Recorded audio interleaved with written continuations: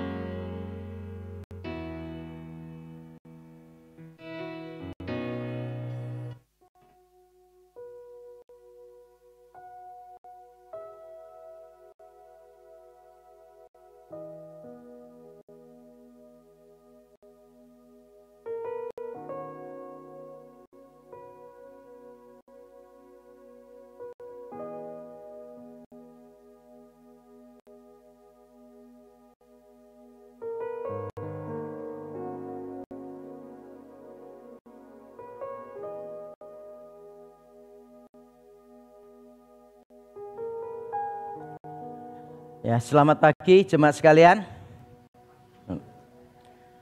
Ya, shalom, salam sejahtera untuk kita semua yang ada di gedung ini maupun di rumah masing-masing. Kita patut bersyukur kepada Tuhan karena Tuhan memberi kita undangan supaya kita bisa menikmati persekutuan dengan Dia, dan secara khusus hari ini adalah hari kebangkitan Tuhan. Itulah yang mengingatkan kita bahwa kita punya pengharapan di dalam Dia. Mari saya undang kita semua bangkit berdiri bersama-sama dengan bersukacita kita menyambut undangan ibadah dari Allah Tritunggal untuk kita. Mari kita menyiapkan hati kita di dalam saat teduh.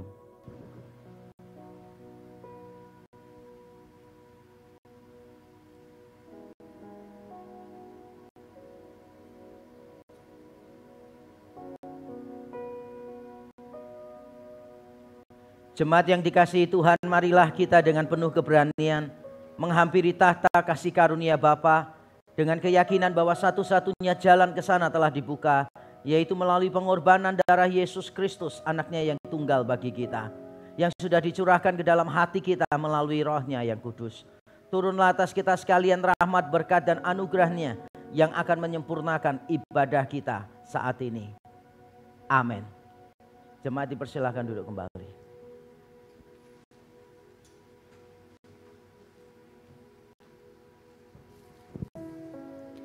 Jemaat yang terkasih, saya undang kita semua untuk kembali bangkit berdiri. Mari kita bersama-sama dengan gereja di sepanjang abad dan segala tempat, kita mengikrarkan pengakuan iman rasuli yang berbunyi demikian. Aku percaya kepada Allah, Bapa yang Maha Kuasa, Khalik langit dan bumi, dan kepada Yesus Kristus, Anaknya yang tunggal Tuhan kita, yang dikandung dari Roh Kudus, lahir dari anak darah Maria, yang menderita sengsara di bawah pemerintahan Pontius Pilatus, disalibkan, mati dan dikuburkan, turun ke dalam kerajaan maut. Pada hari yang ketiga, bangkit pula dari antara orang mati, naik ke surga, duduk di sebelah kanan Allah, Bapa yang Maha Kuasa, dan dari sana Ia akan datang untuk menghakimi orang yang hidup dan yang mati. Aku percaya kepada Roh Kudus, gereja yang kudus dan am, persekutuan orang kudus, pengampunan dosa, kebangkitan tubuh, dan hidup yang kekal. Amin. Yesus Kristus telah bangkit bagi kita, dan Ia membawa pembebasan bagi setiap kita. Mari kita agungkan namanya, kita sorakan haleluya.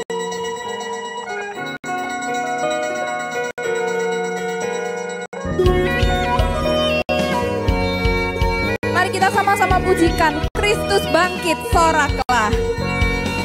Kristus bangkit, soraklah. Haleluya. Bumi sorga bergema. Haleluya. Berbalasan bersyukur. Haleluya. Muliakan Tuhanmu. Haleluya.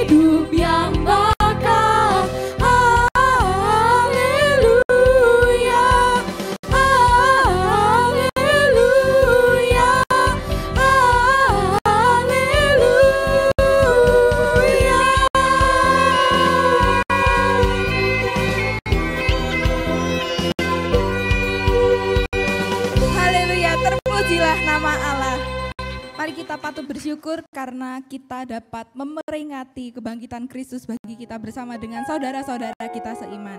Dan oleh karena itu saya mengundang kita semua untuk bisa memberikan salam kepada orang-orang di sebelah kiri dan kanan kita.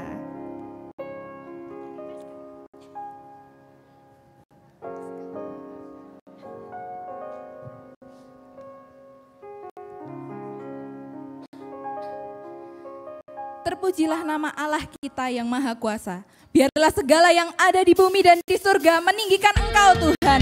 Sebab Engkaulah penyelamat kami. Engkaulah penebus kami yang telah bangkit dan menang mengalahkan maut atas setiap kami.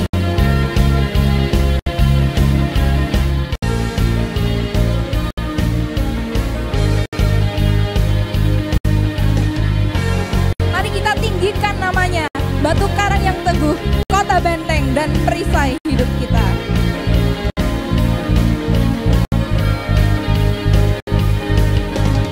Batu karang yang teguh,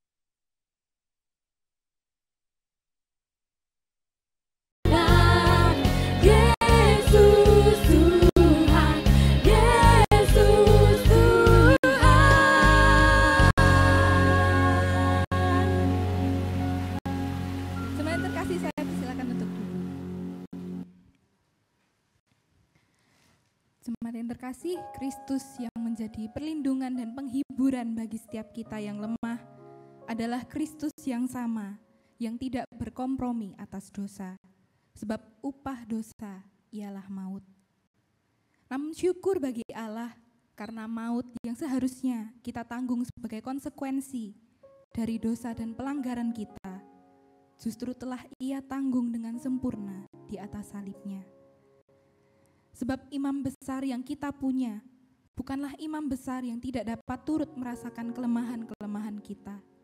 Sebaiknya sama dengan kita, Ia telah dicobai, hanya tidak berbuat dosa. Oleh sebab itu, saat ini saya mengundang kita semua untuk datang menghampiri tahta kasih karunia Allah dan mengaku dosa kita di hadapan Tuhan.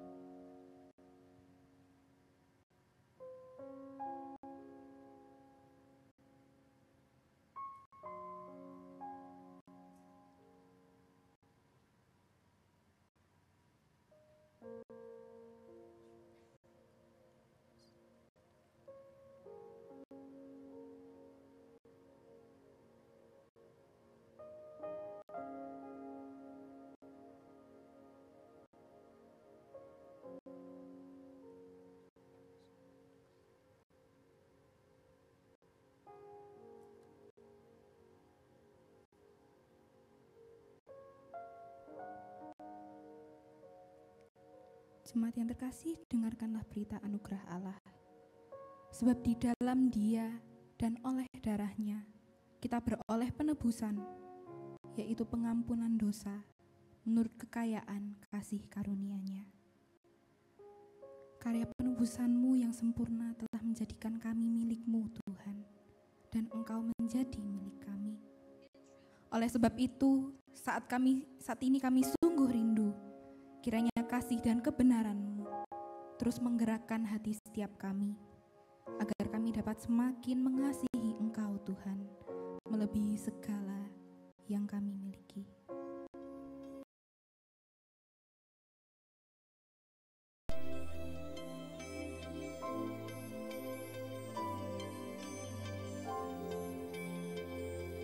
Yesus, ku cintamu,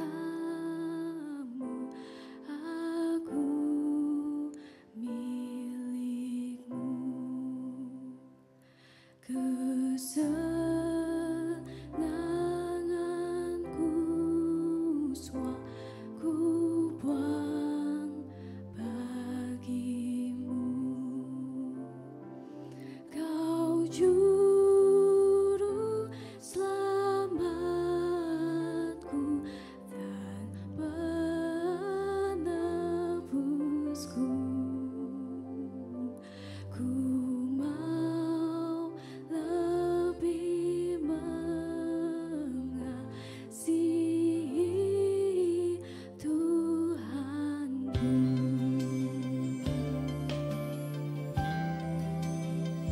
Yesus, ku cintamu, Kau pun cintaku, Kau rela disalibkan bagi dosaku. Yesus, ku cintamu,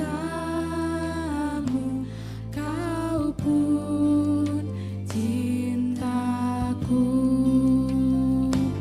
rela disalibkan bagi dosaku.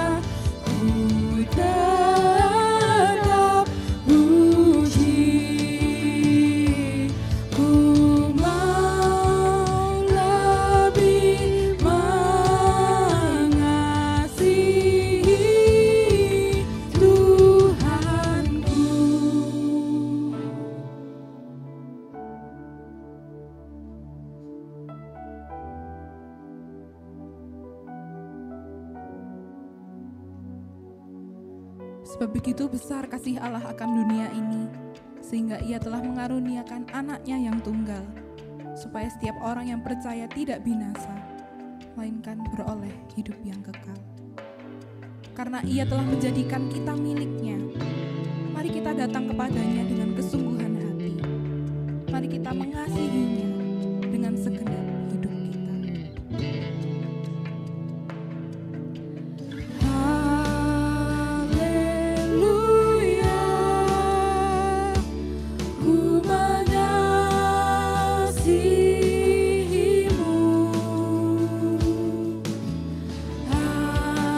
Haleluya, sebab kau jadikan ku milikmu.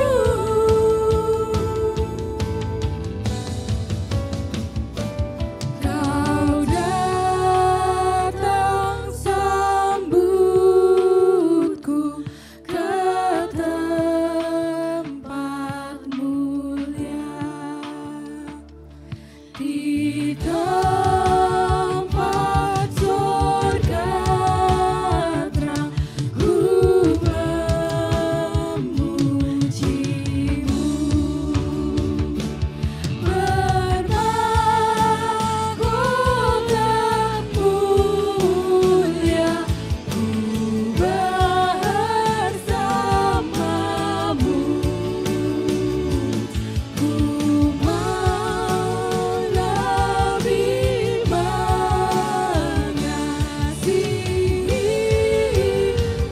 Tuhanku.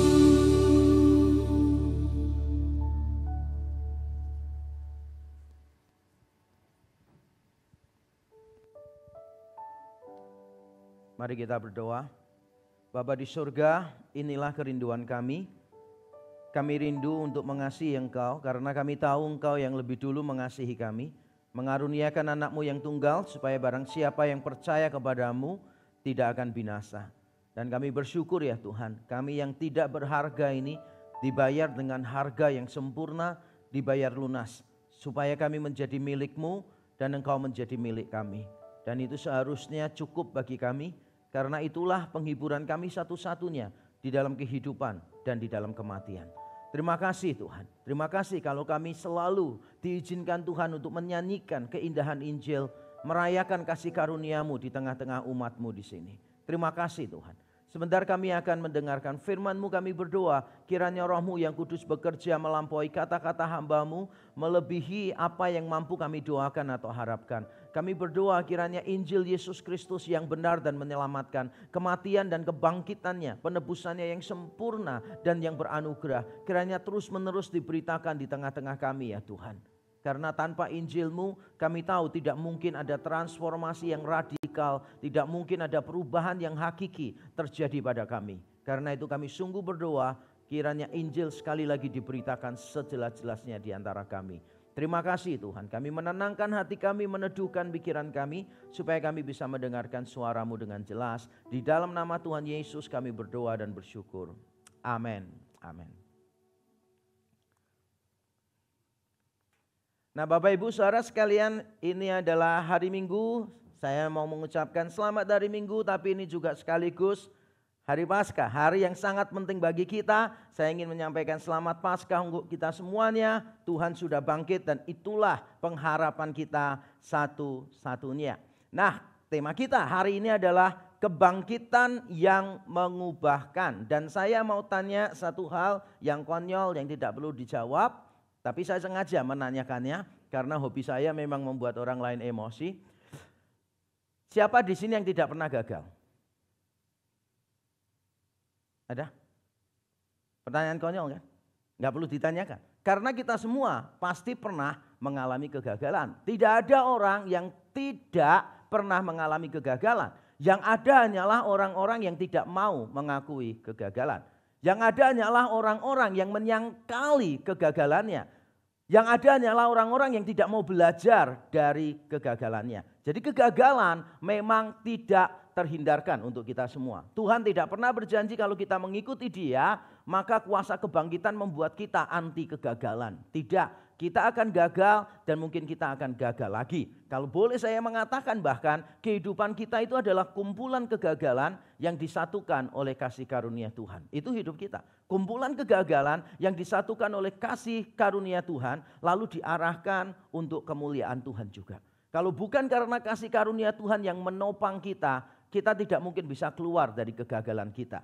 Jadi saya mau mengatakan bahwa kegagalan tidak terhindarkan. Tetapi keputusasaan tetap bukan pilihan. Kadangkala keputusasaan tidak terhindarkan, tapi keputusasaan tetap bukan pilihan bagi kita. Keputusasaan bukanlah pilihan bagi mereka yang bersandar pada kasih karunia Tuhan. Anugerah selalu tersedia, bukan hanya untuk menerima kegagalan kita, tetapi sekaligus mengubahkan kita dan melibatkan kita dalam rencananya. Saya baca sekali lagi. Keputusasaan bukanlah pilihan bagi mereka yang bersandar pada kasih karunia Tuhan. Anugerahnya selalu tersedia. Bukan hanya untuk menerima kegagalan kita, itu satu hal. Tetapi sekaligus untuk mengubahkan kita, itu hal yang kedua. Dan melibatkan kita dalam rencananya, itu hal yang ketiga. Kita seringkali berpikir bahwa kasih karunia Tuhan itu berhenti pada tahap yang pertama, yaitu menerima kita apa adanya. Tuhan merengkuh kita beserta dengan kegagalan kita. Seringkali kita cuma berhenti sampai di sana, dan itu baru sepertiga perjalanan. Perjalanan yang berikutnya bukan cuma Tuhan menerima kita apa adanya, tapi Tuhan mengubah kita menjadi sama dengan Dia. Tuhan mengubah kita menjadi sama dengan Dia. Melalui kegagalan kita belajar banyak hal yang membuat kita menjadi pribadi yang lebih baik. Kalau ingat khotbah-khotbah saya yang lalu-lalu, saya berapa kali mengatakan adalah benar-benar buruk kalau saudara berada di dalam situasi yang buruk dan saudara tidak keluar sebagai pribadi yang lebih baik. Kalau saudara berada dalam keadaan yang buruk dan saudara tidak keluar sebagai pribadi yang lebih baik, maka keadaan saudara benar-benar buruk. Dan saya dulu juga sudah pernah mengajarkan kepada kita, yang paling penting itu bukan jumlah pengalaman, yang paling penting adalah jumlah pelajaran yang dipetik dari setiap pengalaman kita. Kita seringkali mendengar pengalaman guru yang terbaik. Wah, itu separuh jalan saja kebenarannya. Karena ada banyak orang yang punya banyak pengalaman tapi tidak kunjung menjadi pribadi yang dewasa di dalam Tuhan. Setuju? Ada banyak orang yang sudah melalui banyak hal yang buruk dalam hidupnya tapi tidak pernah keluar sebagai pribadi yang lebih baik. Kasih karunia Tuhan bukan cuma menerima kita apa adanya, bukan cuma mengubahkan kita, tetapi juga melibatkan kita di dalam rencananya. Inilah yang saya sebut the whole package of the grace of God. Seluruh paket kasih karunia Tuhan yang Tuhan sediakan bagi kita. Dan itu yang akan kita pelajari hari ini melalui sebuah kisah yang sudah sangat terkenal sekali. Mari kita membaca Yohanes pasal 21 ayat 15 sampai 19. Mari kita membaca secara bergantian Yohanes 21 ayat 15 sampai 19. Yang laki-laki membaca bersama saya, ayat yang ganjil yang perempuan, ayat yang genap begitu seterusnya. Yohanes 21 ayat 15 sampai 19 sama-sama. Sesudah sarapan, Yesus berkata kepada Simon Petrus, "Simon, anak Yohanes, apakah engkau mengasihi aku lebih daripada mereka ini?" Jawab Petrus kepadanya, "Benar Tuhan, engkau tahu bahwa aku mengasihi engkau." Kata Yesus kepadanya, "Gembalakanlah domba-dombaku." Kata Yesus pula kepadanya untuk kedua kalinya, "Simon, anak Yohanes, apakah engkau mengasihi aku?" Jawab Petrus kepadanya, "Benar Tuhan, engkau tahu bahwa aku mengasihi engkau." Kata Yesus kepadanya, "Gembalakanlah domba-dombaku." Kata Yesus kepadanya untuk ketiga kalinya, "Simon, anak Yohanes, apakah engkau mengasihi aku?"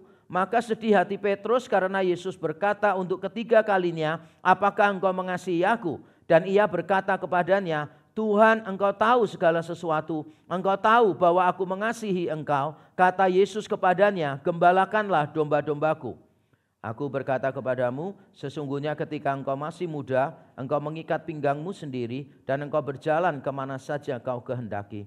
Tetapi jika engkau sudah menjadi tua, engkau akan mengulurkan tanganmu dan orang lain akan mengikat engkau dan membawa engkau ke tempat yang tidak kau kehendaki." Dan hal ini dikatakannya untuk menyatakan bagaimana Petrus akan mati dan memuliakan Allah. Sesudah mengatakan demikian, ia berkata kepada Petrus, "Ikutlah aku." Amin. Amin. Saya yakin cerita tadi bukan cerita yang asing bagi kita. Kita sudah sering mendengarkan khotbah dari teks tadi. Sehingga setiap kali kita mendengarkan ulang teks yang populer, kita selalu bertanya, apakah ada yang sisa yang kita bisa pelajari. Nah, Bapak Ibu Saudara sekalian, izinkan saya untuk mengajak kita mempelajari teks ini dengan cara yang rendah hati. Dalam arti begini, kita sudah banyak mendengar khotbah dari teks ini, tapi kita dengan rendah hati bertanya, apakah kita sudah benar-benar memahami perikop ini? Atau mungkin kita merasa sudah memahami, pertanyaannya adalah apakah pemahaman kita terhadap teks tadi adalah pemahaman yang benar? Nanti saya akan mengajak kita untuk mempelajari teksnya dan menikmati keindahan di dalamnya. Tapi sebelumnya saya mau memberitahu dulu bahwa di dalam kisah yang kita baca tadi sebetulnya ada dua bagian besar. Yesus pertama mengajak Petrus untuk menghadapi kegagalannya. Yang berikutnya Yesus memulihkan Petrus dari kegagalannya. Jadi pertama Yesus mengajak Petrus untuk menghadapi kegagalannya. Baru sesudah itu Yesus memulihkan Petrus dari kegagalannya. Saya meyakini sangat penting bagi kita untuk berhadapan dengan kegagalan. Sangat penting bagi kita untuk berhadapan dengan kegagalan. Bukan berarti saya mengajak kita untuk gagal. Bukan. Maksud saya adalah setiap kita itu pasti gagal. At some point in our life kita pasti pernah gagal. Cuma beda areanya saja. Makanya kita jangan suka menghakimi orang lain. Kok ada sih orang kayak begitu jahatnya? Karena siapa tahu kita ini sama-sama pendosa, cuma beda area saja. Di area yang itu dia tampaknya sulit untuk kita pahami, tapi di area lain dosa kita mungkin juga tidak masuk akal untuk orang lain. Kita jangan saling menghakimi karena kita tahu masing-masing orang punya kelemahan sendiri-sendiri. Nah, maksud saya adalah demikian, kita ini pasti gagal. Tapi saya melihat tidak banyak orang yang berani menghadapi kegagalannya. Atau dalam kalimat yang mungkin lebih mudah untuk kita ingat begini saudara. Ada banyak orang gagal, tetapi mereka juga gagal menghadapi kegagalannya. Bukan cuma mereka mengalami kegagalan, tapi mereka juga gagal menghadapi kegagalannya dia. Atau mungkin saya kalimatkan begini. Sebisa mungkin kegagalan dihindari dan diantisipasi. Setuju? Sebisa mungkin kegagalan dihindari dan diantisipasi. Jika tetap saja terjadi, kita harus belajar untuk mengakui dan berhadapan dengan diri sendiri.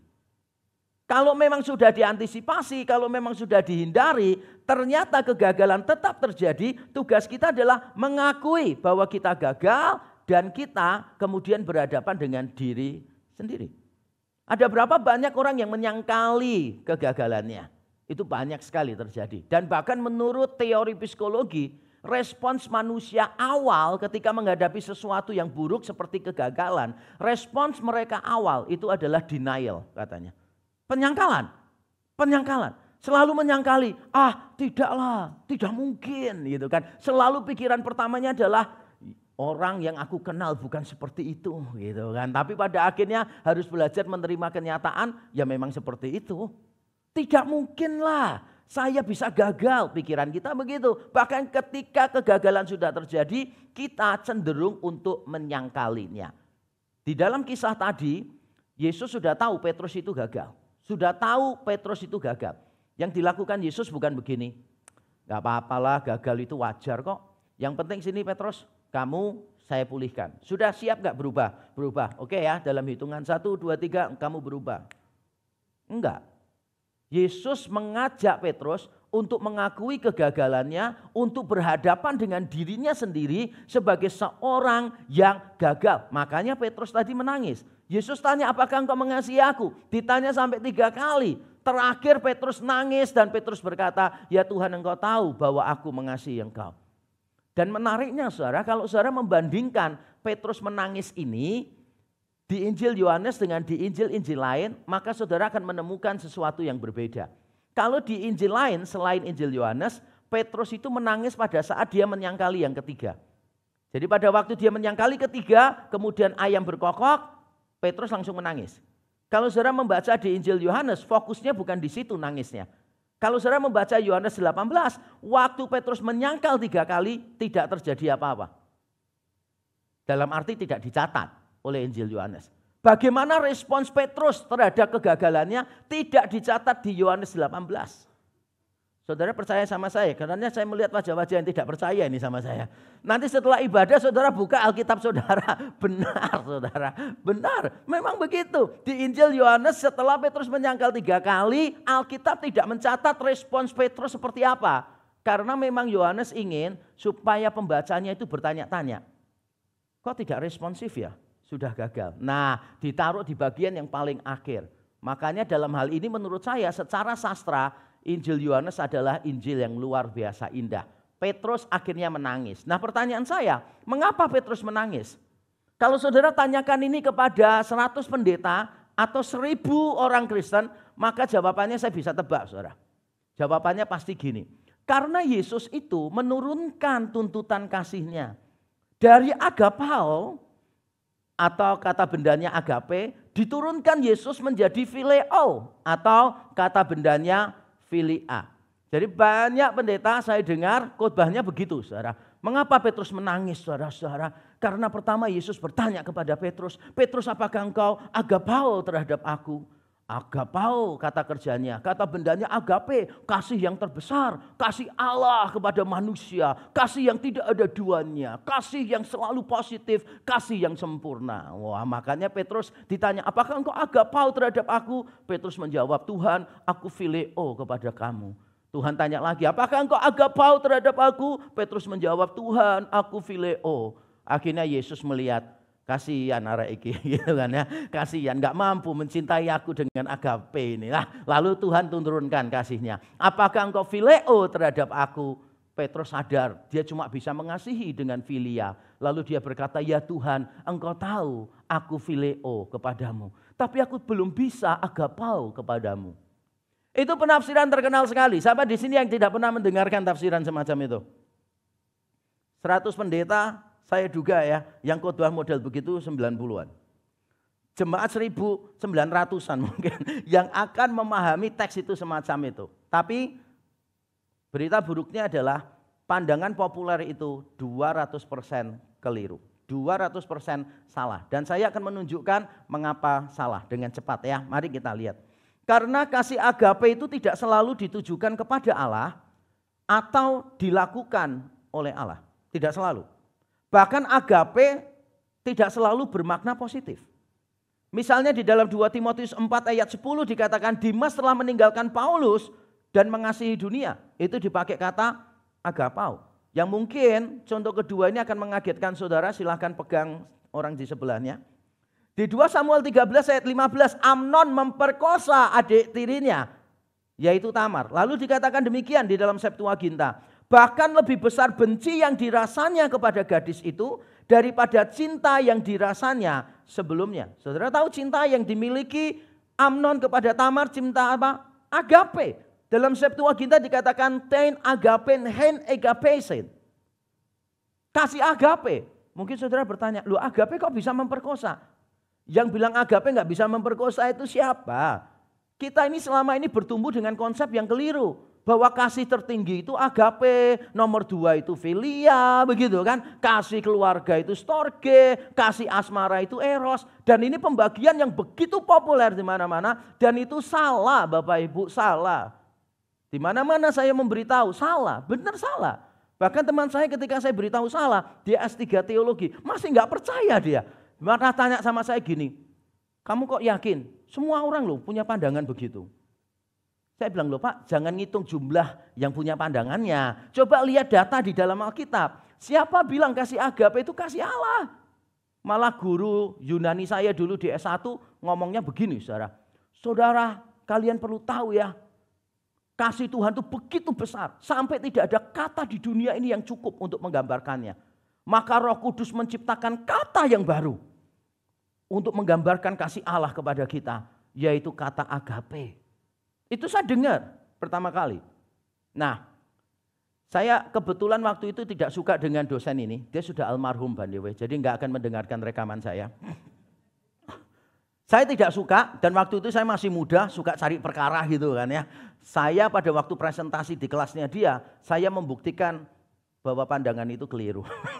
Saya menunjukkan bahwa kata agape sudah muncul sebelum kekristenan ada. Saya menunjukkan bahwa kata agape itu sudah muncul di literatur-literatur lain di luar Alkitab, bahkan sebelum Perjanjian Baru. Bagaimana bisa Roh Kudus menciptakan khusus untuk itu? Konyol sih, konyol banget. Saya tahu hati saudara tuh kepengen tetap mempercayai itu. Tapi tidak, memang nggak ada bedanya agapo dan phileo, agape dan philia. Masih tidak percaya, mungkin saudara berkata begini, tapi kan itu di Septuaginta, itu kan di suratnya Paulus. Bagaimana dengan di Injil Yohanes? Nah itu dia yang mau saya tunjukkan. Dalam Injil Yohanes, agapao sinonim dengan phileo. Tidak percaya, mari kita lihat contoh-contohnya. Dikatakan di pasal 3 ayat 35, Bapak mengasihi anak, Bapak mengasihi Yesus, itu menggunakan agapao, pasal 3 ayat 35, pasal 10 ayat 17. Tetapi di pasal 5 ayat 20, Bapak mengasihi Yesus memakai kata phileo. Lalu saudara sering menemukan frase ini, murid yang dikasihi Tuhan, murid yang dikasihi Tuhan. Muncul berkali-kali dalam Injil Yohanes, perhatikan di pasal 13 ayat 23, pasal 21 ayat 7 dan 20, murid yang dikasihi di situ memakai agapao. Tetapi pasal 20 ayat 2, murid yang dikasihi memakai phileo. Masih tidak percaya lagi. Saya kasih contoh di dalam satu pasal yang sama, berdekatan ini. Di dalam pasal 11, Lazarus sakit. Dikatakan demikian, Yesus itu mengasihi Lazarus. Utusan-utusan datang kepada Yesus dan berkata begini, Guru yang engkau kasihi sakit. Kata kasih di situ memakai phileo. Tapi jangan kaget. 2 ayat sesudahnya dikatakan begini, Yesus memang mengasihi Marta dan kakaknya dan Lazarus. Dan mengasihi di situ memakai kata agapao. Kalau saudara benar-benar memegang kebenaran Alkitab, data ini memang tidak terbantahkan sih. Saya sih secara pribadi kepengen ya, agape, philia, storge, eros itu dipertahankan. Karena menurut saya sangat indah sih. Tapi begitu saudara cek di Alkitab, memang salah. Saya tambahkan satu lagi ya. Tampaknya wajah-wajahnya masih penuh dengan penolakan, nggak bisa menerima kenyataan. Nah saya tambahin lagi saudara ya. Ternyata di dalam pasal 21 Injil Yohanes, ini saya batasi pasal 21 kan. Kalau saudara mau baca seluruhnya juga boleh. Yohanes itu seringkali menggunakan permainan kata. Saudara yang suka akademis baca bukunya Leon Morris, Studies in the Fourth Gospel. Di dalam salah satu pasalnya dia membahas tentang hal ini. Karakteristik Injil Yohanes adalah permainan kata. Dan saya tunjukkan salah satu permainan kata di dalam percakapan Yesus bersama dengan Petrus tadi. Mari kita lihat. Bahasa Indonesia menerjemahkannya begini, gembalakan domba-dombaku. Jadi tiap kali Petrus menjawab, aku mengasihi engkau, bahasa Indonesia, gembalakan domba-dombaku. Dalam teks Yunani tidak. Dalam teks Yunani begini, pertama Yesus berkata, berilah makan. Basko, bukan bosku. Basko, berilah makan. Itulah sebabnya orang yang suka mentraktir orang memberi makan disebut bosku. Nggak ada hubungannya. Berilah makan domba-dombaku. Domba-domba di situ tuh anak domba, arnion. Lalu yang kedua Yesus berkata begini, gembalakanlah, poimaino. Memang benar itu gembalakanlah. Lalu anak domba berubah menjadi domba. Jadi memberi makan berubah jadi menggembalakan. Anak domba arnion berubah jadi domba, probaton. Lalu muncul lagi memberi makan, bosko. Lalu muncul lagi domba, probaton. Jadi Petrus nangis itu tidak ada hubungannya sama sekali dengan kata kerja yang dipakai di sana. Sama sekali tidak ada hubungan. Dan ini saudara perlu pertimbangkan. Waktu Petrus dan Yesus bercakap-cakap pada situasi aslinya, mereka kira-kira menggunakan bahasa apa? Halo? Bukan Yunani kan? Mereka menggunakan bahasa Aramik. Ngerti gak sih? Di dalam bahasa Aramik kan gak ada permainan kata semacam ini. Kata yang dipakai mengasihi ya sama terus. Sehingga tidak mungkin Petrus menangis gara-gara Yesus menurunkan tuntutan kasihnya. Lalu saudara bertanya, tapi kan tetap aja dia menangis, mesti ada sebabnya. Kenapa Petrus menangis? Karena ini, Yesus mengingatkan dia tentang penyangkalannya. Dan cara Yesus mengingatkan, saya langsung bacakan dulu. Kesamaan jumlah tindakan. Petrus menyangkal 3 kali, ditanya apakah engkau mengasihi aku sebanyak 3 kali. Kesamaan tempatnya, setting tempatnya, yaitu di depan api arang. Petrus menyangkali Yesus di depan api arang. Dan Yesus bertanya kepada Petrus di depan api arang. Lalu kesamaan waktunya juga saudara. Petrus menyangkali Yesus itu pada saat dini hari, proi. Kemudian Petrus diubahkan oleh Kristus pada saat proia, dini hari. Yang sayangnya penerjemah Lembaga Alkitab Indonesia menerjemahkannya kurang akurat. Bahasa Indonesia menerjemahkan di pasal 21 ketika hari mulai siang. Saya tidak paham kenapa diterjemahkan ketika hari mulai siang. Padahal kata yang sama muncul di pasal 20, diterjemahkannya itu sebelum hari mulai. Jadi pada waktu gelap di bawah jam 6 gitu loh maksudnya. Jadi setting waktunya sama, setting tempatnya sama, jumlah tindakannya sama. Makanya Petrus nangis karena Petrus sadar Yesus sedang mengekspos kegagalannya dia. Yesus sedang mengingatkan dia, waktunya persis, tempatnya persis, jumlahnya juga persis. Itu sama saja dengan saudara kalau sudah pacaran lalu putus. Lalu saudara lewat restoran, tempat dulu sering makan bersama di sana. Saudara ingat tempatnya, ingat waktunya lagi, mesti pergi restorannya itu pas pada waktu-waktu yang tertentu. Yaitu pada waktu ada persekutuan doa dan makan gratis di sana. Bukan ya, maksud saya begini, saudara sudah terbiasa di tempat itu dan waktunya juga pergi selalu di waktu-waktu yang sama. Ketika saudara lewat lagi di tempat itu, saudara pasti nangis. Terutama kalau saudara yang mentraktir ya.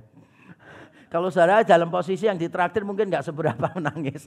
Karena ya ruginya nggak seberapa. Kalau saudara sudah keluar duit banyak traktir di situ, putus lagi, lewat di situ, ingat gitu kan ya. Itu rasanya kepingin ngumpulkan kembali kwitansi-kwitansinya, bon-bonnya, dan mulai mengadakan utang piutang. Itulah seperti itu maksudnya Yesus. Waktunya sama, tempatnya sama, jumlah tindakannya sama. Siapa yang tidak menangis? Ya Petrus menangis, wajarlah Petrus menangis. Nah, saya mau berkata begini, sebetulnya Yesus itu bukan cuma mengungkapkan kegagalan Petrus, tapi yang lebih penting adalah Yesus memulihkan Petrus. Petrus sebelumnya tidak dapat mengikut Yesus, sekarang dibuat mampu mengikut Yesus. Nah, saya tampilkan 2 ayat ya, supaya Bapak Ibu Saudara ngerti betapa indahnya Alkitab kita. Mari kita lihat saudara, pasal 13 ayat 36 dan pasal 21 ayat 19. Di dalam pasal 13 ayat 36, Yesus menubuatkan penyangkalan Petrus dan Yesus berkata begini, ke tempat aku pergi, engkau tidak dapat mengikuti aku sekarang. Tetapi kelak engkau akan mengikuti aku. Petrus itu ngotot, Tuhan aku akan ikut. Kenapa nggak bisa ikut? Yesus bilang, kamu nggak bisa ikut aku sekarang. Lalu di pasal 21 ayat 19, Yesus berkata begini, ikutlah aku. Dalam percakapannya dengan Petrus, sekarang Yesus berkata, ikutlah aku. Lalu Petrus melihat murid yang dikasihi Tuhan, lalu Petrus tanya gini, apa yang terjadi dengan dia ya Tuhan? Yesus bilang, bukan urusanmu, kamu ikutlah aku. Diulang 2 kali. Diulang 2 kali, karena di pasal 13 juga Yesus berkata 2 kali, ke tempat aku pergi engkau tidak dapat mengikuti aku sekarang, tetapi kelak engkau akan mengikuti aku. Jadi poinnya itu bukan cuma Petrus ditunjukkan kesalahannya, tetapi Petrus dipulihkan dari situ. Petrus yang sebelumnya tidak dapat mengikuti, sekarang bisa mengikuti Yesus. Dan itu membawa kita pada bagian selanjutnya dari khotbah saya, yaitu pemulihan atas kegagalan. Pemulihan atas kegagalan. Tugas kita itu bukan cuma menunjukkan kegagalan orang. Atau kalau kita sendiri yang gagal, tugas kita itu bukan cuma mengakui kegagalan kita.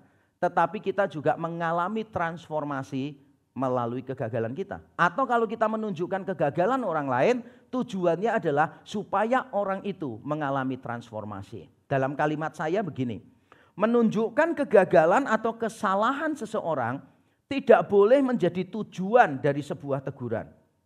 Hasil akhir yang diharapkan adalah pemulihan dan keterlibatan dalam pekerjaan Tuhan. Menunjukkan kegagalan atau kesalahan seseorang tidak boleh menjadi tujuan dari sebuah teguran. Hasil akhir yang diharapkan adalah pemulihan dan keterlibatan dalam pekerjaan Tuhan. Kesalahan beberapa orang adalah tidak berani menegur kesalahan orang lain. Kita akan melihat orang-orang semacam itu.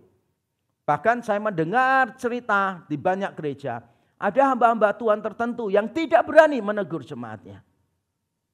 Yang selalu mengabaikan kesalahan-kesalahan yang ada. Yang selalu berkata nggak apa-apalah kamu belajar menerima dia. Oh, saya setuju. Pihak A belajar menerima B. Tapi pihak B terus ngapain? Seharusnya rohaniwan yang sama yang berkata kepada pihak A, kamu harus belajar menerima dia apa adanya, adalah orang yang sama yang mendatangi pihak B dan berkata, kamu tidak boleh seperti itu, kamu tidak boleh seadanya. Itu maksud saya. Kepada yang satu dia harus berani berkata, kamu belajar menerima dia apa adanya. Kepada yang orang ini dia harus datang dan berkata, kamu tidak boleh seadanya gitu dong. Itulah tugas kita. Dan tidak banyak orang yang berani melakukan itu. Bahkan ketika ada orang yang berani menegur kesalahan orang lain, seringkali tujuannya hanya untuk mempermalukan orang lain. Tujuannya hanya untuk membuat orang lain terlihat bodoh. Saya beberapa kali diundang debat akademis di beberapa kampus, saudara. Pernah suatu ketika saya diundang debat dan di dalam perdebatan itu saya itu menang telak, saudara. Sampai lawan saya itu ditertawakan berkali-kali. Pada waktu break saya mendatangi dia dan saya minta maaf kepada dia. Saya bilang, Pak, minta maaf kalau Bapak merasa dipermalukan dan sebagainya. Itu bukan niat saya. Dan di dalam perdebatan itu saya sama sekali tidak menggunakan kata-kata yang ofensif, yang kasar terhadap dia. Cuma memang dia kurang pintar gitu loh. Terus kurang pintar ngototnya keterlaluan, paham ya maksudnya? Sehingga orang lain yang bisa menjawab serangannya dia langsung menunjukkan bahwa dia itu kelihatannya bodoh di mata orang lain.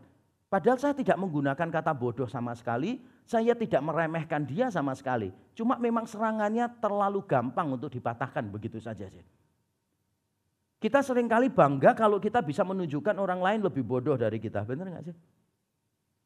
Saya pernah berada di dalam perdebatan, lalu ada beberapa teman dari kalangan reform ya, dari kalangan kita, itu ikut nonton. Lalu pada waktu saya memberikan jawaban gitu, terus salah satu orang itu memberi kode ke saya gitu loh. Memberi kode ke saya gini. Kodenya tuh gini. Langsung saya turunkan volume saya. Karena saya pikir volume saya terlalu tinggi. Lalu saya coba apa yang salah ya, atau intonasi saya terlalu tinggi, atau kalimat saya terlalu ofensif, lalu saya turunkan lagi gitu. Setelah selesai dia beritahu, Pak, saya kan sudah kasih kode gini tadi. Iya Pak, saya sudah turunkan volume saya. Maksud saya gini tuh sikat habis Pak, hancurkan sekalian. Saya berdebat bukan untuk itu, saudara, sungguh bukan untuk itu. Kalau menunjukkan orang lain salah menjadi tujuan akhir kita, maka yang kita lakukan tidak akan memuliakan Tuhan. Harusnya kita memikirkan bagaimana orang itu bisa dipulihkan oleh Tuhan dan dilibatkan Tuhan di dalam rencananya. Untuk menjaga keseimbangan saya mau berkata begini dengan cepat. Teguran tanpa penerimaan akan menghasilkan perlawanan. Kalau saudara cuma bisa menegur tanpa belajar menerima, saudara mendapatkan perlawanan. Penerimaan tanpa pemulihan akan menghasilkan hidup yang sembarangan. Saudara cuma terima-terima saja, orangnya tidak akan pernah berniat untuk berubah. Menerima seseorang apa adanya itu cuma separuh jalan. Berkali-kali saya mendengar hamba Tuhan mengatakan Kristus menerima kita apa adanya dan titik. Salah. Kristus menerima kita apa adanya harus diberi koma. Karena Kristus hendak mengubah kita menjadi serupa dengan Dia. Amin. Nggak bisa. Orang cuma begitu-begitu aja dan saudara terima saja. Nggak bisa. Saudara tidak mengasihi orang itu seperti Kristus mengasihi kita. Tidak bisa. Petrus dipulihkan, Petrus dilibatkan dalam pelayanan. Tapi pelayanan seperti apa yang Tuhan inginkan dari kita? Karena Tuhan tidak mau sembarang pelayanan. Mari kita lihat saudara. Pelayanan yang Tuhan inginkan yang pertama, pelayanan harus dimulai dengan kesadaran tentang ketidaklayakan kita. Pelayanan harus dimulai dengan kesadaran tentang ketidaklayakan kita. Yesus sengaja mengungkap kelemahan dan kegagalan Petrus, bukan untuk mempermalukan Petrus di depan murid-murid yang lain, tetapi justru untuk memulihkannya di depan semua orang. Yesus tidak pernah punya maksud mempermalukan Petrus, sekadar mengungkapkan dia salah, sekadar menunjukkan Petrus kamu orang yang gagal, engkau tidak layak, engkau tidak pantas, titik. Bukan. Justru Petrus ditanya Yesus di depan murid-murid yang lain, supaya murid-murid yang lain tahu bahwa Yesus memulihkan dia. Makanya salah satu nasihat saya dulu pada waktu saya ada di STT, sebelum STT kita sekarang Amadeus, saya dulu juga jadi ketua di STT saya yang lama. Saya berkata begini, di mana kamu jatuh, di situ seharusnya kamu berdiri. Di mana kamu jatuh, di situ seharusnya kamu berdiri. Yang terjadi seringkali begini, kita jatuh di tempat A, kita langsung mundur, kita langsung pergi, dan kita nggak pernah kembali ke situ. Sehingga orang lain tidak sempat melihat pemulihan yang Tuhan kerjakan di dalam kita. Di mana kita jatuh harus menjadi tempat di mana kita berdiri. Petrus jatuh di depan banyak orang. Dan Yesus ingin memulihkan Petrus di depan banyak orang. Dan kita tidak perlu malu mengakui kegagalan kita, kesalahan kita. Aneh kalau orang Kristen berkata begini, saudara, pelayanan itu adalah kasih karunia. Tapi ketika ditunjukkan kesalahannya dalam pelayanan, dia tidak bisa terima. Ada berapa banyak di antara kita yang kalau dikasih masukan tidak nyaman? Ada berapa banyak di antara kita yang diberi kritikan merasa diserang, coba. Padahal kita tahu, kita melayani bukan karena kita baik, benar gak sih? Sehingga pada waktu dievaluasi tidak baik, seharusnya kan itu wajar sih bagi kita. Karena memang kita kumpulan orang-orang yang tidak baik. Tapi dalam kenyataannya, banyak orang yang melibatkan diri di dalam pelayanan tidak mau terlihat buruk di mata orang lain. Nah, untuk orang-orang semacam itu saya mau mengingatkan, termasuk untuk saya sendiri. Jika pelayanan adalah sebuah kasih karunia, kita tidak perlu malu untuk mengakui kesalahan dan kegagalan kita. Kelemahan kita justru menjadi panggung yang indah bagi anugerah dan kekuatan Allah yang melimpah. Kelemahan kita justru menjadi panggung yang indah bagi anugerah dan kekuatan Allah yang melimpah. Saya bersyukur saudara ketika ketemu teman-teman lama saya. Mereka banyak yang tidak percaya saya ini jadi pendeta. Banyak yang tidak percaya. Rasanya itu kayak imajinasi paling liar yang mereka punyai dalam benak mereka. Tapi saya bersyukur kalau mereka tidak pernah menyangka saya jadi pendeta, berarti saudara tahu betapa nakalnya saya dulu ketika saya masih muda. Sampai orang lain gak punya ide saya akan jadi pendeta. Tapi disitulah saya bisa menunjukkan kasih karunia Allah. Saya bersyukur saudara bahwa saya selama di sekolah teologi adalah termasuk yang paling nakal di antara semua yang berhasil lulus. Ada yang lebih nakal dari saya tapi nggak berhasil lulus. Tapi saya di antara semua yang lulus saya paling nakal. Saya pernah diskorsing 1 tahun nggak boleh keluar asrama sama sekali. Saya dikeluarkan dari kelas 5 kali. Saudara. Saya dimarahi dosen sudah tidak terhitung banyaknya. Sampai orang-orang berkata begini, kok bisa ya kamu tuh nggak dikeluarkan ya? Dengan semua catatan kriminalmu di situ, kok bisa kamu tidak dikeluarkan? Dan saya jawab kepada mereka, itulah kasih karunia Tuhan. Itulah mengapa saya jadi reform. Karena lebih mudah bagi saya untuk mengimani kasih karunia gitu loh saudara. Kenapa? Enggak ada yang baik dalam diri saya itu, enggak ada yang baik. Benar-benar enggak ada yang baik di dalam diri saya saudara. Bahkan saya bersyukur saya berangkat bukan dari sebuah STT yang besar. Saya bersyukur ya untuk STT saya. Saya belajar banyak dari STT saya bersyukur. Tetapi STT saya itu bukan alma mater yang gede. Bukan sekolah yang gede yang terkenal gitu, bukan. Mereka punya kelebihannya sendiri, yang besar-besar punya kelebihannya sendiri. Saya bersyukur saya berasal dari STT yang orang lain seringkali pandang remeh. Kenapa? Karena kalau sampai saya ada di titik sekarang, penjelasannya cuma sederhana. Kasih karunia Tuhan. Saya dulu pernah ketika kecewa dengan STT saya yang S1, saya sudah buat surat pengunduran diri, lalu saya mau serahkan ke dosen. Tapi sebelumnya saya minta izin pulang ke Semarang, pamit kepada gembala sidang saya di Semarang. Saya mau pamit, saya mau pindah di sekolah yang jauh lebih gede gitu. Kalau saya sebutkan namanya saudara pasti tahu. Jadi sekolah saya dulu Pentakosta, saya mau pindah di sekolah yang gede, sekolah Protestan. Saya pulang ke Semarang, ketemu gembala sidang saya. Langsung dia ngomong gini, Yakub, sini, Om mau ngomong sama kamu. Dia nggak tanya saya tuh mau apa datang ke situ. Sini, Om mau ngomong sama kamu. Kamu tahu hamba Tuhan di tempat kita yang bernama ini? Oh ya Om, tahu Om. Om sudah keluarkan. Ya kaget, kenapa Om dikeluarkan? Ya kan dia mestinya tahu, kita kan gereja Pentakosta. Dia ngomong sama Om, izin, mau sekolah lanjut di STT Protestan. Ya Om langsung keluarkan. Oh gitu ya Om ya. Oh, terus dia cerita macam-macam, dia tanya, Yakub ada keperluan apa datang ke sini? Nggak ada apa-apa Om. Saya liburan Om. Saya tidak ngomong apa-apa kepada beliau. Dan suratnya saya sobek, saya buang ke tempat sampah, dan saya bersyukur saya bangga lulus dari seminari yang sama. Karena di situ saya bisa melihat campur tangan Tuhan yang luar biasa. Banyak gereja memberitahu saya, saudara. Awalnya mereka mengundang saya, itu majelisnya selalu tanya begini. Lulusan STT ini bukan? Bukan. Lulusan dari STT itu bukan? Bukan. Enggak usah dulu deh. Banyak yang bilang begitu. Bahkan untuk mengundang saya khotbah di gerejanya, ada beberapa cerita ke saya, Pak. Tulisan-tulisan saya di internet diambil, diringkas, dimasukkan warta gerejanya masing-masing. Setelah beberapa bulan ditanya, bagus nggak artikel itu? Bagus. Nah, itu yang nulis adalah pendeta yang saya usulkan, yang ditolak terus itu. Ngerti maksud saya? Saya ditolak hanya gara-gara STT saya, bukan STT yang bonafit.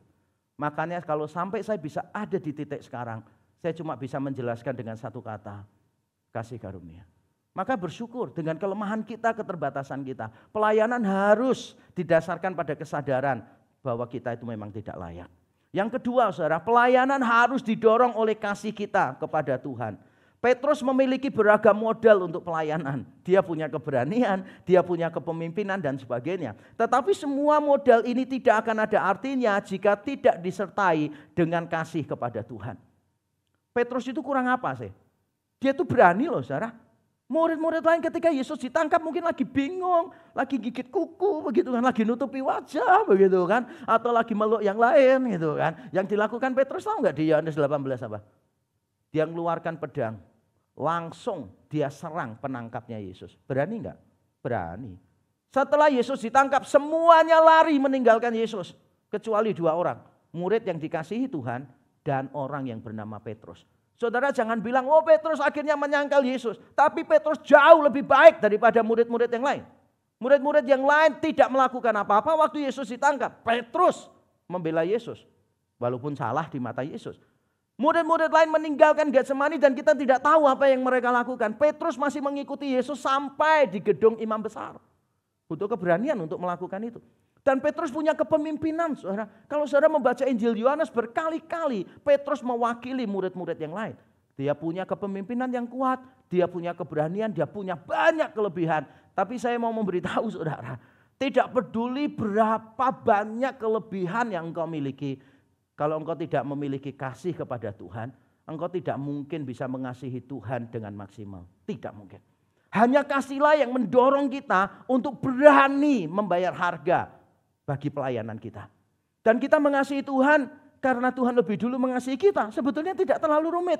Karena Tuhan lebih dulu mengasihi kita, maka kita sekarang mengasihi Tuhan. Dan saya mau tunjukkan kepada saudara, the power of love. Itu yang Petrus tidak miliki saudara sebelumnya. Mungkin Petrus selama ini berpikir kekuatan dari keberanian. The power of leadership, the power of talents dan sebagainya. The power of public speaking gitu. Enggak. The power of love itu yang missing di dalam hidupnya Petrus. Dan sekarang saya tunjukkan mengapa Yesus berani membayar harganya. Di dalam Yohanes pasal 13 ayat 1, ini jawabannya. Sementara itu sebelum hari raya Paskah mulai, ini menjelang masuk masa-masa penderitaan. Sementara itu sebelum hari Paskah mulai, Yesus telah tahu bahwa saatnya sudah tiba untuk beralih dari dunia ini kepada Bapa. Sama seperti ia senantiasa mengasihi murid-muridnya, demikianlah sekarang ia mengasihi mereka sampai kepada kesudahannya. Ini peristiwa sebelum Yesus membasuh kaki murid-muridnya lalu ditangkap dan disalibkan. Apa yang membuat Yesus bisa mengambil air, mendatangi Yudas Iskariot yang dia tahu akan mengkhianati dia. Dan Yesus mencuci kaki Yudas Iskariot. Kekuatan apa yang memampukan Yesus melakukan itu? The power of love. Kekuatan apa yang memampukan Yesus datang kepada Petrus dan mencuci kaki orang yang akan menyangkali dia ini? The power of love. Kekuatan apa yang membuat Yesus bisa membasuh kaki semua murid-muridnya yang dia tahu sebentar lagi akan meninggalkan dia? The power of love. Kalau saudara nggak punya kasih kepada Allah, kepada orang-orang yang saudara layani, saudara akan mudah putus asa di dalam pelayanan. Tidak dapat pujian, tidak dapat penghargaan, sudah mulai mau mundur dari pelayanan. Mendapatkan kritikan apalagi mempercepat pengunduran. Atau saudara nggak berani membayar harga untuk pelayanan, selalu bertanya, kok aku terus sih? Kok harus berkorban sih? Pelayanan kok nggak enak sih? Kenapa? Karena kurang the power of love itu. Yesus punya itu, makanya dia bisa bayar harganya. Karena ada cinta. Kasih itulah yang seringkali tidak ada di dalam hati kita secara memadai. Ketika saya memikirkan pelayanan saya, mengapa kadangkala saya merasa, aduh berat banget ya. Mau melangkah saya merasa, aduh kok mesti begini sih. Tapi begitu saya mengingat bahwa Kristus mengasihi saya, itulah sebabnya saya mengasihi jemaat-jemaat yang Tuhan percayakan kepada saya.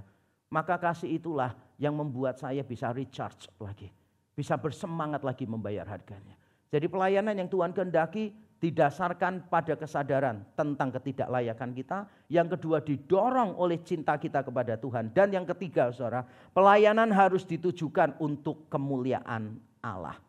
Kematian Petrus akan menjadi alat ilahi untuk memanifestasikan kemuliaan Allah. Setelah memberitahu bahwa Petrus nanti tua mengulurkan tangannya, dipegang orang, kemudian orang memperlakukan apapun terhadap Petrus, Yesus berkata begini, lebih tepatnya penulis Injil Yohanes merangkumnya begini. Itu ditunjukkan bagaimana Petrus akan mati dan memuliakan Allah. Bagaimana Petrus akan mati dan memuliakan Allah.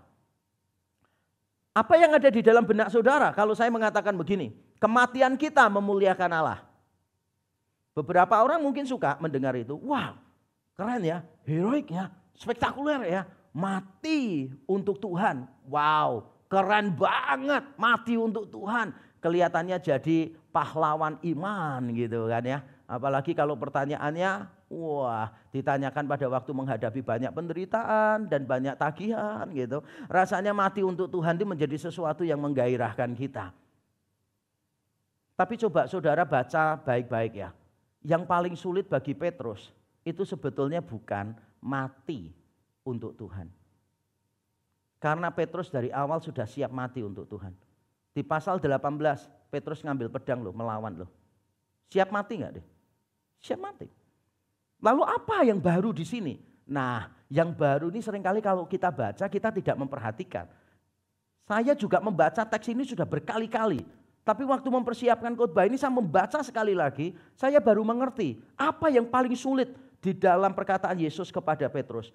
Kata kau kehendaki itu ternyata muncul 2 kali. Waktu engkau masih muda, engkau pergi kemana saja seperti yang kau kehendaki. Tetapi nanti pada waktu kamu tua, kamu akan mengulurkan tanganmu dan orang lain akan membawa kamu ke tempat yang tidak engkau kehendaki. Dan saya cek bahasa Yunaninya, memang kata etheles muncul di sana, theleis muncul di sana. Dua-duanya memiliki akar kata yang sama, yaitu theleo. Thelo, ingin, kehendak, berkehendak. 2 kali muncul di sini saudara. Berarti jenis kematian yang dimaksud itu mencakup pelepasan kehendak. Petrus sangat memahami betapa sulitnya jenis kematian seperti ini. Lebih mudah bagi Petrus untuk mati dalam keadaan berjuang, mati secara heroik. Pada saat Yesus ditangkap dia menggunakan pedangnya untuk membatalkan penangkapan. Bayangkan seandainya saudara ya, Petrus itu menghunus pedangnya gitu kan, kemudian berperang melawan semua orang itu, akhirnya Petrus mati. Saya tanya saudara ya, saudara menganggap Petrus sebagai orang yang gagal atau yang berhasil? Bayangkan ya, di Taman Getsemani Petrus menghunus pedangnya lalu dia dibunuh juga. Dalam upayanya membela Yesus, Petrus mati. Saudara menangkap kesan Petrus berhasil atau gagal? Saya yakin saudara akan menganggap kalau secara manusia Petrus ini berhasil, benar ya? Tapi secara rohani di mata Tuhan justru dia gagal sebetulnya. Tapi saya menyadari kedagingan kita itu ingin tampil spektakuler gitu. Kita selalu berpikir kalau memuliakan Allah itu berarti identik dengan kekuatan, dengan kehebatan gitu kan. Benar gak sih? Selama ini kita memikirkannya gitu, memuliakan Tuhan. Wow, berarti dengan semua kekuatan kita, dengan semua kelebihan kita. Tidak salah sih. Tapi yang lebih sulit dari itu adalah ketika saudara melepaskan kehendak. Disitulah engkau memuliakan Tuhan. Gak mudah. Gak mudah. Kalau saya diberi pilihan, saya memuliakan Tuhan melalui keberhasilan dengan melalui melepaskan kehendak saya akan pilih melalui keberhasilan. Kalau Tuhan tanya saya, Saya akan pilih itu karena itu kedagingan saya. Pelepasan kehendak yang memuliakan Tuhan tidak mudah. Tapi Yesus sudah memberikan teladan yang sempurna untuk kita. Di pasal yang ke-12 dari Injil Yohanes, saudara, ayat 27 dan 28 dikatakan demikian. Sekarang jiwaku terharu, taraso. Bahasa Indonesia menerjemahkannya terharu, terjemahan yang kurang akurat. Semua versi Inggris menerjemahkannya troubled. Sangat bergejolak. Dan apakah yang akan kukatakan? Bapa, selamatkanlah aku dari saat ini? Tidak, Yesus gak mau berdoa begitu. Sebab untuk itulah aku datang ke dalam saat ini. Lalu Yesus berkata, Bapa, muliakanlah namamu. Yesus sebentar lagi akan mati. Dan itu cara Yesus memuliakan Allah. Sama seperti Petrus akan mati dan memuliakan Allah. Dan pada saat Yesus tahu dia akan memuliakan Allah melalui kematiannya, jiwanya bergejolak, terganggu. His spirit was troubled. Deeply stressed, terjemahan yang lain begitu. Harusnya Yesus berkata, Tuhan tenangkan jiwaku. Tuhan batalkan rencanamu. Tidak. Yang dilakukan Yesus adalah Bapa, permuliakanlah namamu. Bapa dipermuliakan ketika kita melepaskan kehendak kita. Bapa dipermuliakan ketika kita mengorbankan perasaan kita di dalam pelayanan. Bukan ketika kita menang. Bukan ketika kita mencapai keberhasilan saja. Tapi ketika saudara dengan sadar melepaskan kehendak saudara demi kepentingan yang lebih besar. Saudara sedang memuliakan Tuhan. Atau dalam kalimat saya begini, saudara. Melepaskan kehendak adalah memuliakan Allah karena menyiratkan pengakuan kita bahwa rencana-rencananya lebih penting daripada pemenuhan kehendak kita. Sekali lagi, melepaskan kehendak adalah memuliakan Allah karena menyiratkan pengakuan kita bahwa rencananya lebih penting daripada pemenuhan kehendak kita. Saya memperhatikan beberapa orang mudah mengeluarkan uang untuk pelayanan. Mudah mengeluarkan tenaga untuk pelayanan. Mudah mengeluarkan ide-ide untuk pelayanan. Tapi hanya sedikit orang yang mau mengorbankan perasaan di dalam pelayanan. Ketika saudara merasa tidak dipercayai, ketika saudara tidak dihargai, ketika saudara diremehkan, ketika orang lain tidak paham perasaan saudara. Pertanyaan saya adalah, apakah saudara akan tetap melayani orang-orang itu? Melepaskan kehendak susah. Saudara tahu saya sangat kolerik. Tes psikologi saya itu 100% kolerik, 90% sanguin. Sisanya hidup yang berantakan. Dicampur sanguin, dicampur kolerik. Gabung jadi satu dalam diri satu orang. Kacau luar biasa. Tidak mudah bagi saya untuk menyerah. Tidak mudah bagi saya untuk kalah. Tidak mudah bagi saya untuk lelah. Tidak mudah bagi saya untuk mengakui bahwa saya gagal. Tapi saya bersyukur oleh kekuatan Injil Tuhan menunjukkan terus kepada saya. Untuk apa menunjukkan dirimu hebat? Seharusnya engkau berkata, when I am weak, I am strong. Kenapa? Karena ketika kita lemah, kuasa Kristus dinyatakan dengan sempurna atas hidup kita. Dan saya akan menutup khotbah saya dengan kalimat ini. Mari kita membaca bersama-sama. 1, 2, 3. Memuliakan Allah tidak selalu identik dengan menunjukkan kekuatan, kehebatan, atau keberhasilan. Justru ketika kita belajar melepaskan kehendak sehingga terlihat lemah, kemuliaan Allah dinyatakan di dalam kita. Dan itulah yang dilakukan Yesus ketika dia ada di atas kayu salib. Ketika dia menyerahkan nyawanya, ketika dia membiarkan jiwanya trouble for the sake of us. Gak apa-apa. For our sake. Dia melakukan itu for the sake of ours. Dia lakukan itu, dia berkorban untuk kita. Dan seharusnya itu adalah hak istimewa bagi kita, kehormatan bagi kita kalau kita dilibatkan di dalam rencananya dia. Mari kita tunduk kepala, kita berdoa.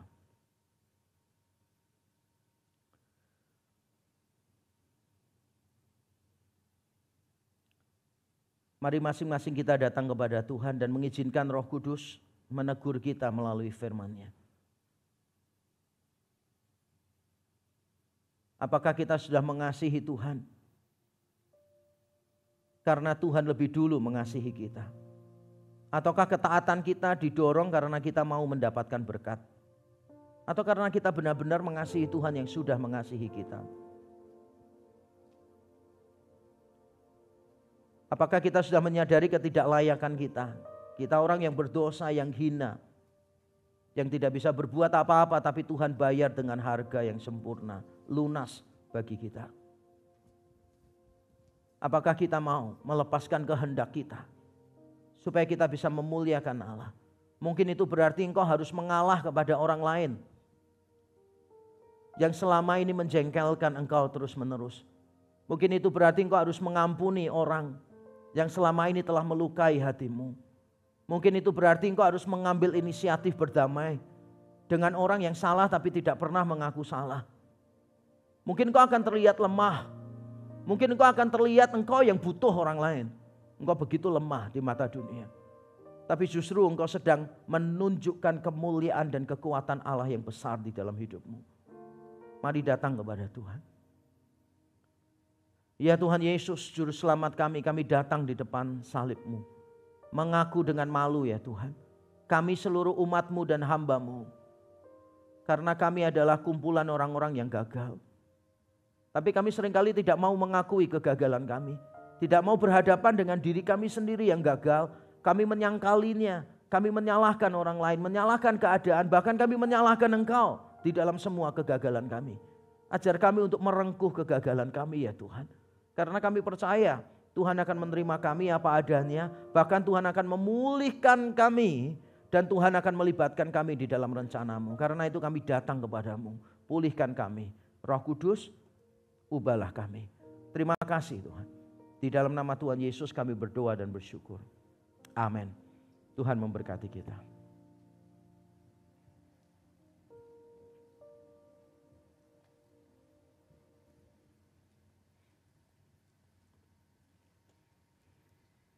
Jemaat yang terkasih, kini tiba saatnya bagi kita untuk memberikan persembahan sebagai ungkapan syukur kita atas rahmat Tuhan.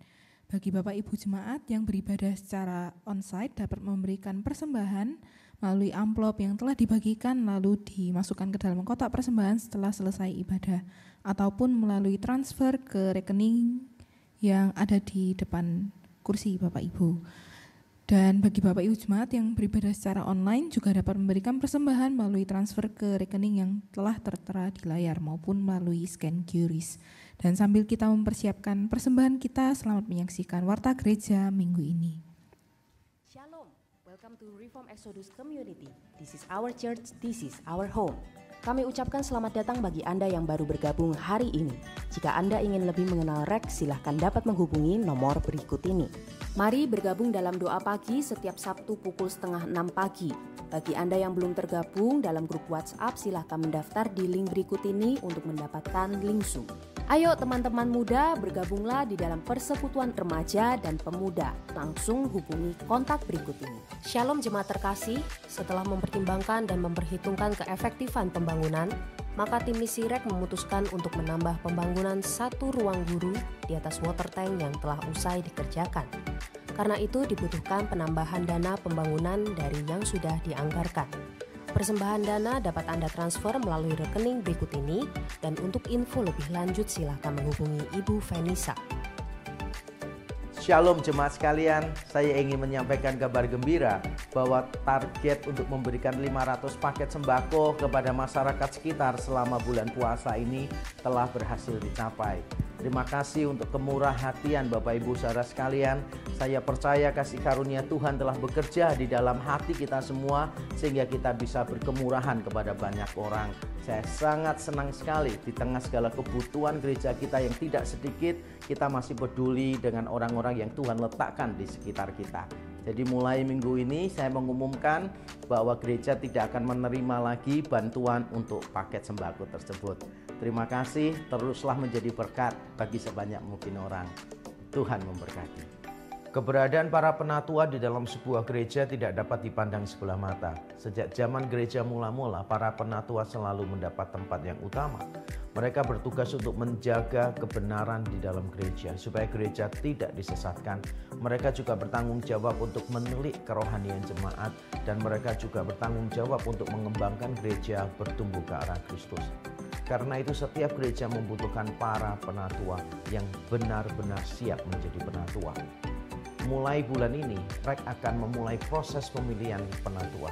Dan saya sangat menginginkan setiap Anda yang sudah menjadi jemaat di REK berpartisipasi untuk mengusulkan nama-nama yang Anda anggap sangat pantas untuk menjadi penatua.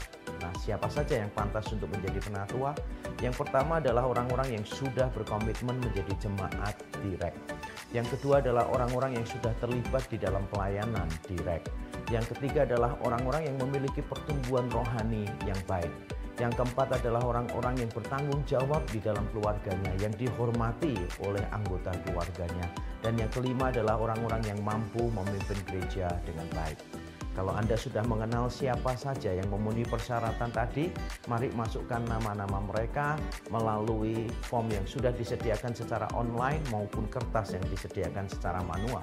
Apabila Anda masih bingung nama-nama siapa yang perlu untuk diusulkan, Anda dipersilakan untuk berkonsultasi dengan setiap gembala lokal maupun dengan hamba-hamba Tuhan yang lain. Kami dengan senang hati akan menemani saudara untuk memberikan pilihan yang baik. Anda diberi kesempatan selama sebulan untuk mendoakan, menggumulkan, dan mengusulkan nama-nama tersebut. Saya berharap Anda sudah mengumpulkan nama-nama yang diperlukan di minggu terakhir bulan April, sehingga nanti tim formatur akan menyeleksi nama-nama yang ada dan melanjutkan prosesnya. Kiranya Tuhan memberkati kita, dan mari kita doakan dengan sungguh-sungguh, dan mari kita melibatkan diri di dalam proses yang sangat penting. Tuhan memberkati.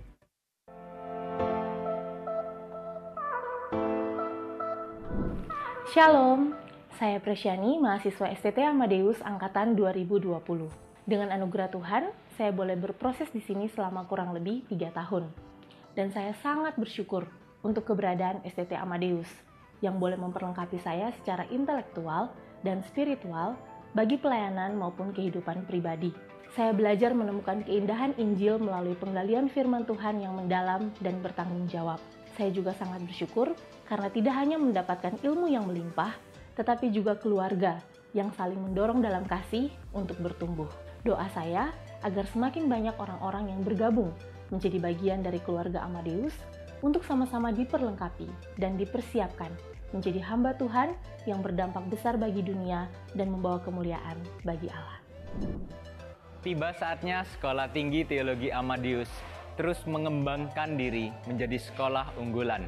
Oleh karena itu, kami perlu berbenah dalam banyak hal, termasuk fasilitas dan bangunan. Oleh karena kemurahan Allah Tritunggal, pembangunan kampus baru sudah dimulai sejak tahun lalu. Pekerjaan sipil sudah hampir selesai. Sebentar lagi, desain interior dan sarana-sarana lain perlu segera disiapkan. Target kami, kampus baru sudah bisa digunakan mulai bulan Juli 2023. Kiranya, melalui tambahan fasilitas dan sarana ini, para mahasiswa semakin efektif dalam belajar dan dimuridkan. Saya mengundang Anda semua untuk melibatkan diri dalam pekerjaan Allah di Amadeus. Mari doakan proses pembangunan supaya semua berjalan dengan lancar. Dan bagi Bapak Ibu Saudara yang ingin membantu secara finansial, Bapak Ibu Saudara bisa memberikan persembahan melalui nomor yang tertera berikut ini. Mari kita dukung Amadeus bersama-sama menuju menjadi sebuah STT yang unggulan, yang menjadi berkat bagi semakin banyak orang. Tuhan memberkati kita. Untuk Amadeus yang lebih baik. Untuk Amadeus yang lebih baik, Untuk Amadeus yang lebih baik, Anda, saya, STT Amadeus, kita.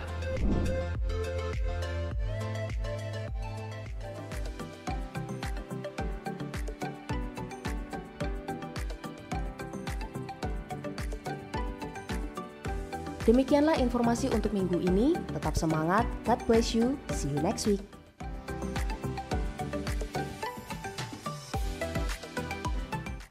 Ya, demikian warta yang sudah kita saksikan bersama-sama. Apakah ada penegasan yang ingin ditambahkan? Ya, ini adalah form evaluasi kegiatan Jumat Agung yang hari Jumat kemarin kita sudah laksanakan. Kita bersyukur acara boleh berjalan dengan baik. Jikalau ada masukan, kritikan yang membangun, silakan bisa dimasukkan melalui link ini, sehingga ini menjadi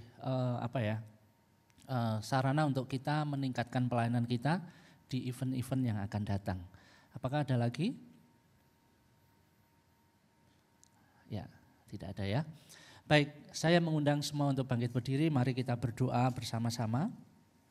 Menyerahkan untuk persembahan dan berdoa syafaat.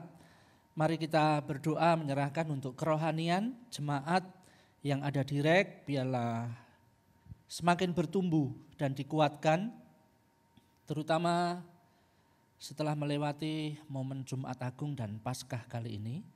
Dan kita juga berdoa menyerahkan untuk persiapan pemilu tahun 2024, biarlah Tuhan yang akan menolong juga sehingga tetap ada kestabilan secara ekonomi dan politik, keamanan di bangsa ini. Mari kita berdoa. Tuhan, kami mau menyerahkan persembahan kami ke dalam tangan Tuhan. Terima kasih Tuhan sudah terlebih dahulu menolong kami, memberkati kami, mencukupkan setiap hal yang kami butuhkan.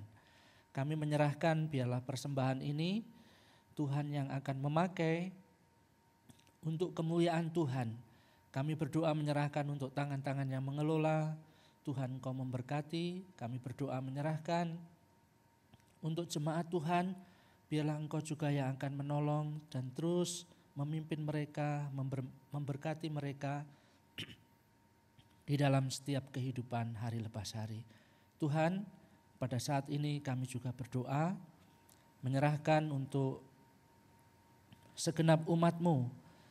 Kami bersyukur jikalau kami boleh melewati momen Jumat Agung dan hari ini kami boleh merayakan Paskah. Kami diingatkan kembali akan kasih Tuhan yang sempurna bagi kami. Kami berdoa biarlah Tuhan, kami semua semakin hari semakin mengenal akan Engkau, semakin hari kami semakin mengasihi Engkau. Di tengah-tengah situasi yang mungkin bagi kami menjadi pergumulan, di tengah-tengah situasi yang bagi kami mungkin ini menjadi satu masa yang tidak begitu mengenakkan, tetapi kami boleh melihat karya Tuhan yang agung, yang Tuhan sudah kerjakan bagi kami. Biarlah ini menjadi dorongan bagi kami untuk kami juga semakin giat melayani Engkau di dalam setiap hal yang Tuhan sudah percayakan untuk kami kerjakan. Tuhan, terima kasih, dan pada saat ini kami juga berdoa menyerahkan untuk bangsa negara kami yang sebentar lagi akan mengadakan pesta demokrasi pemilihan presiden secara langsung. Kami mau menyerahkan biarlah Tuhan yang menolong, Tuhan yang memimpin. Kiranya Tuhan yang akan memberikan hikmat kepada masyarakat untuk boleh memilih calon pemimpin yang benar-benar terbaik yang akan membawa bangsa ini pada perkembangan yang lebih pesat kembali. Tuhan, kami berdoa menyerahkannya Tuhan, biarlah masa-masa pemilu Tuhan juga berikan kedamaian, Tuhan berikan stabilitas ekonomi sehingga masyarakat Indonesia ini boleh melalui pesta demokrasi ini dengan baik karena pertolongan Tuhan. Terima kasih ya Bapa. Kami menyerahkan doa kami ini hanya ke dalam tangan kuasa Engkau.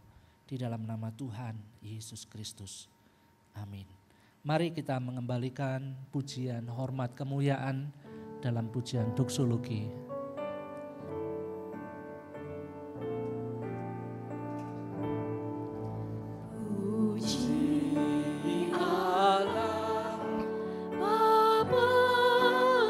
Putra, puji Allah Roh Kudus, ketiganya yang esa, pohon selamat, sumber berkat. Jemaat sekalian, engkau telah menikmati anugerah Allah di dalam ibadah ini, dan kini pulanglah dan jadilah pelaku firman, dan terimalah berkat dari Allah Tritunggal. Kiranya Allah Bapa memberkati engkau dan melindungi engkau. Kiranya Tuhan Yesus Kristus menyinari engkau dengan wajahnya dan memberikan engkau kasih karunia. Kiranya Allah Roh Kudus senantiasa menopang engkau dan memberikan damai sejahtera hari lepas hari. Kiranya segala hal yang baik dan manis dari Allah Tritunggal dilimpahkan bagi engkau mulai saat ini sampai Tuhan datang yang kedua kali. Dan terimalah berkat itu di dalam nama Tuhan Yesus Kristus.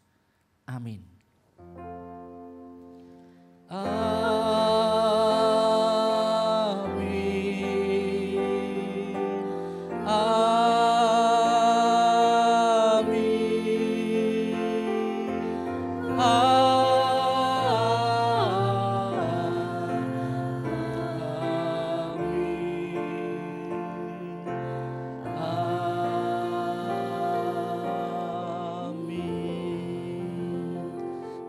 Silakan duduk kembali, mengambil waktu teduh.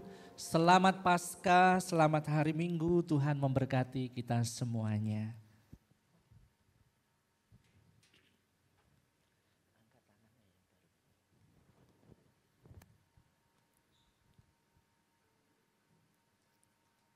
Shalom jemaat yang terkasih di dalam Tuhan.